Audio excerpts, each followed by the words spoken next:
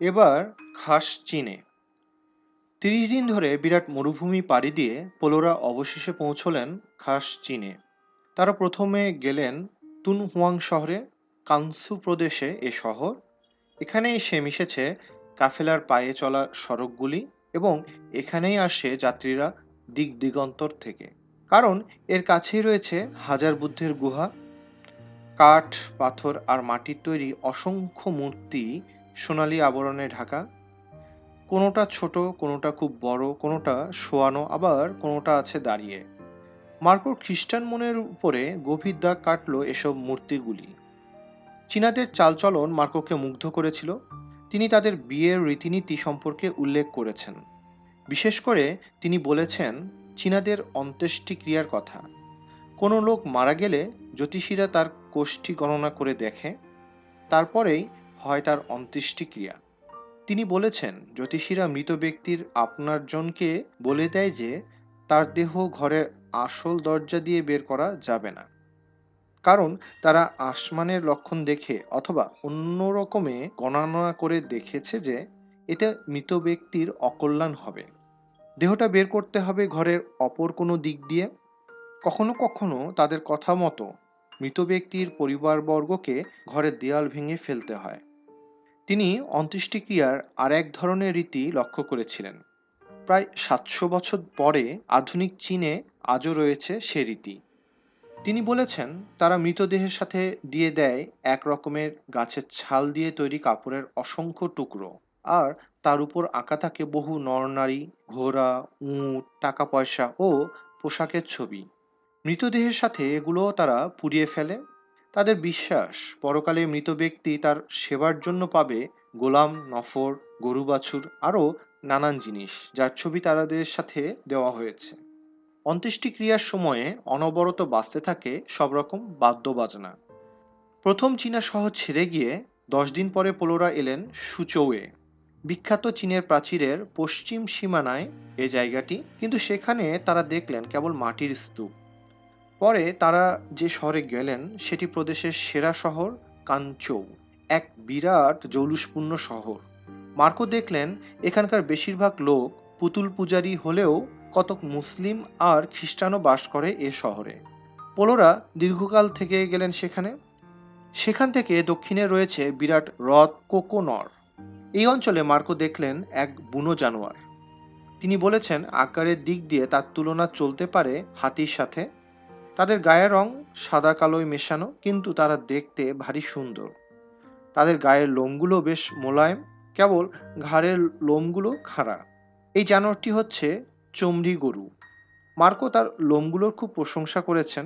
সেগুলো যেমন সাদা তেমনি নরম আর পশমের চাইতেও সরু। তিনি এর কিছু লোম সংগ্রহ করে নিয়েছিলেন তার দেশ ভেনিসে। সেখানকার লোকেরা খুবই প্রশংসা করেছিল তার। তিনি আরও নিয়েছিলেন এক সুন্দর জানোয়ারের মাথা আর পা গুলো। জানোয়ারটি দেখতে ক্ষুদ্রাকার হরিণের মতো, এবং তা থেকে পাওয়া যায় সবচাইতে ভালো কস্তুরী। তিনি আরও দেখেছিলেন সুন্দর পালকওয়ালা বহু রকমের পাখি।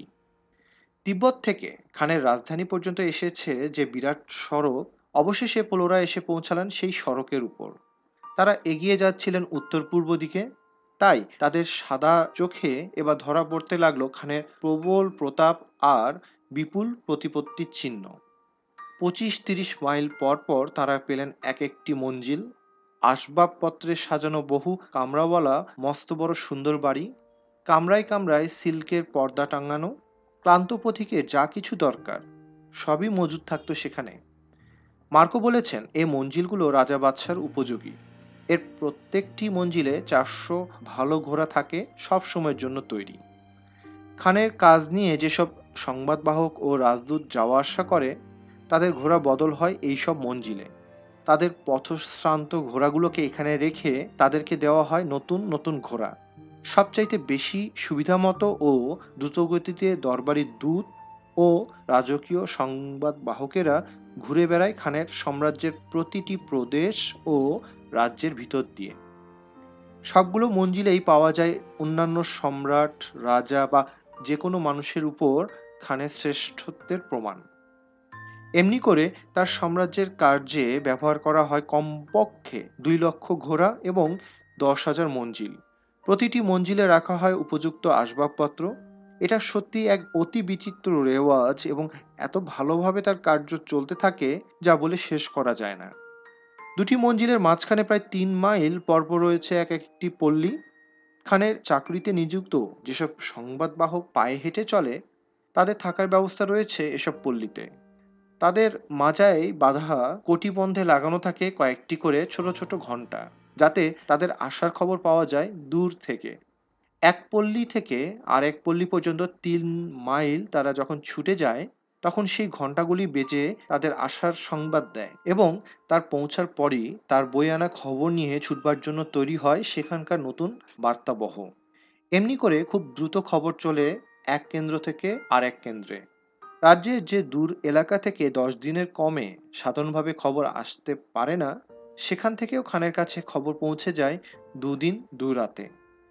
কখনো কখনো এমন ব্যাপারও ঘটেছে যে ফলের মৌসুমে ভোরবেলা পিকিংয়ে যে ফল সংগ্রহ করা হয়, পরের সন্ধ্যায় তা পৌঁছে যায় জানাদুতে খানের কাছে, যদিও সাধারণভাবে এটাকে 10 দিনের পথ বলে ধরা হয়।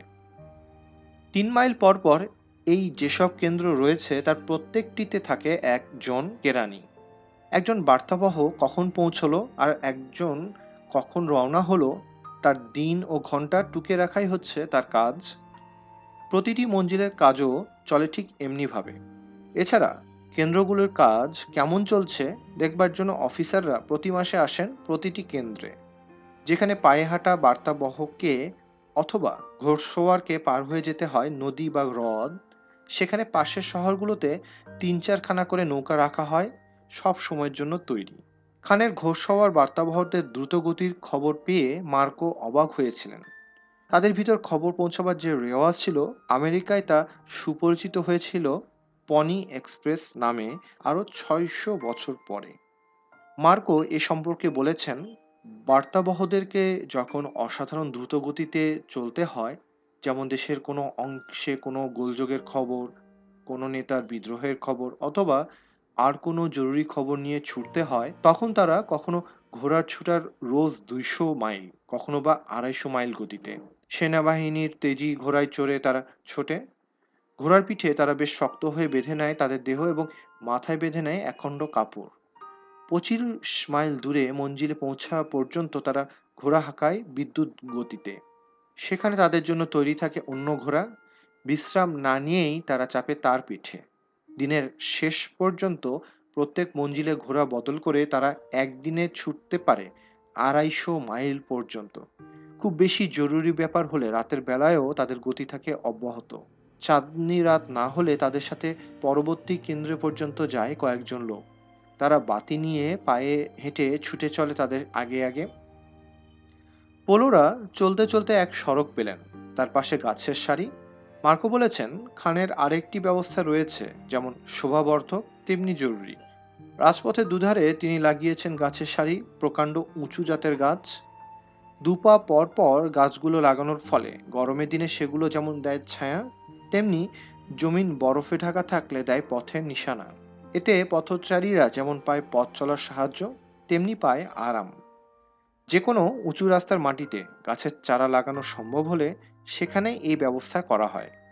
রাস্তাগুলো যখন কোনো বালু ঢাকা মরুভূমি অথবা কাকর ভরা পার্বত্য এলাকার উপর দিয়ে গিয়েছে, যেখানে গাছ লাগানো সম্ভব নয়, সেখানে খানের হুকুমে পথ দেখাবার জন্য করা হয়েছে পাথরের স্তূপ অথবা তৈরি করা হয়েছে স্তম্ভ।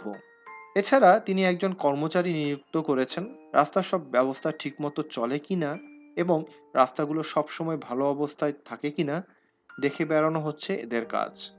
এসব বিচিত্র ব্যবস্থা ছিল বলেই এটা আশ্চর্যের ব্যাপার নয় যে বিদেশি মুসাফিররা বহুদূরে থাকার সময়েই তাদের আসার খবর পৌঁছে গিয়েছিল খানের কাছে। মার্কোরা যখন খানের দরবার থেকে 40 দিনের পথ দূরে, তখনই তাদের সাথে সাক্ষাৎ করেছিল খানের দূতেরা। তিনি হুকুম জারি করেছিলেন যে যেসব জায়গা অতিক্রম করে আসবেন পোলোরা, তার প্রত্যেকটি জায়গায় থাকবে তাদের সুখ সুবিধার ব্যবস্থা। এমনি করে নিরাপদে ও মহাসম্মানে তারা পৌঁছলেন তার দরবারে। পোলোরা যখন পৌঁছলেন তখন খান ছিলেন তার গ্রীষ্ম নিবাসের প্রাসাদে। পিকিং থেকে উত্তরে জানাদু শহরে ছিল তার গ্রীষ্মনিবাস। প্রাসাদটি ছিল শ্বেতপাথর ও অন্যান্য দামি সুন্দর পাথর দিয়ে তৈরি। এর প্রত্যেক সীমানা থেকে ১৬ মাইল পরিধি ঘিরে তৈরি হয়েছিল এক প্রাচীর। এই প্রাচীরে ঘেরা ছিল এক রাজকীয় উদ্যান। প্রাসাদের ভেতর দিয়ে এছাড়া সে উদ্যানে যাবার ছিল না আর কোনো প্রবেশ পথ। উদ্যানের ভিতরকার সমৃদ্ধ ময়দানের উপর দিয়ে বয়ে যেত ছোট ছোট নহর। তার মাঝখানে ছিল এক সুন্দর তরুবিথি ঘেরা বিরাট চাঁদোয়া, সোনালী বার্নিশ করা থামের উপর দাঁড়ানো। প্রত্যেকটি থামের চারিদিকে জড়ানো একটি করে সোনালী রঙের ড্রাগনের লেজ। এমনি সব ড্রাগনের মাথার উপর থাকতো তাঁবুর ছাদ, এবং ডানে বামে তাঁবুর বাইরের দিকে ছড়ানো থাকতো তাদের থাবাগুলো। এক ছাদ থাকতো চেরা বাঁশের তৈরি, এবং তাতেও থাকতো সোনালী রং করা। তাঁবুর মতোই ঘরটির প্রত্যেকটি দিকের সংযোগ রাখা হতো ২০০ মজবুত সিল্কের রশি দিয়ে। সম্পূর্ণ চাঁদোয়াটা এমন নিখুঁতভাবে তৈরি করা হতো যে তাকে আধুনিক কালের সার্কাসের তাঁবু বলে মনে করা যেতে পারে। খানের খুশি মতো যে কোনো জায়গায় বসানো যেত এ চাঁদোয়া। মার্কো শিগগিরই জানলেন যে খানের একটি শখের খেলা বাজ পাখির খেলা। উদ্যানের মধ্যে খাঁচায় রাখা হতো ২০০-র বেশি বাজ পাখি। আরও থাকতো তাদের শিকার করার মতো অন্যান্য পাখি। সপ্তাহে অন্তত একবার তিনি দেখতে যেতেন পাখিগুলোকে। এই পাখিগুলোর খোরাকির জন্য পোষা হতো বহু হরিণ ও ছাগল। মার্কো বলেছেন, কখনো কখনো এই চারদিক ঘেরা বনের ভেতর দিয়ে ঘোড়ায় চড়ে বেড়াবার সময় তিনি খান ঘোড়ার পিঠে তুলে নিতেন ছোট ছোট চিতাবাঘ তাদের পালকদের পেছনে। যখন খুশি তিনি তাদেরকে ছেড়ে দেবার হুকুম দিতেন। চিতাবাঘ তক্ষুনি গিয়ে ধরতো একটি হরিণ অথবা ছাগলকে, আর তার বাজ পাখিগুলোকে খেতে দেওয়া হতো তার গোশত।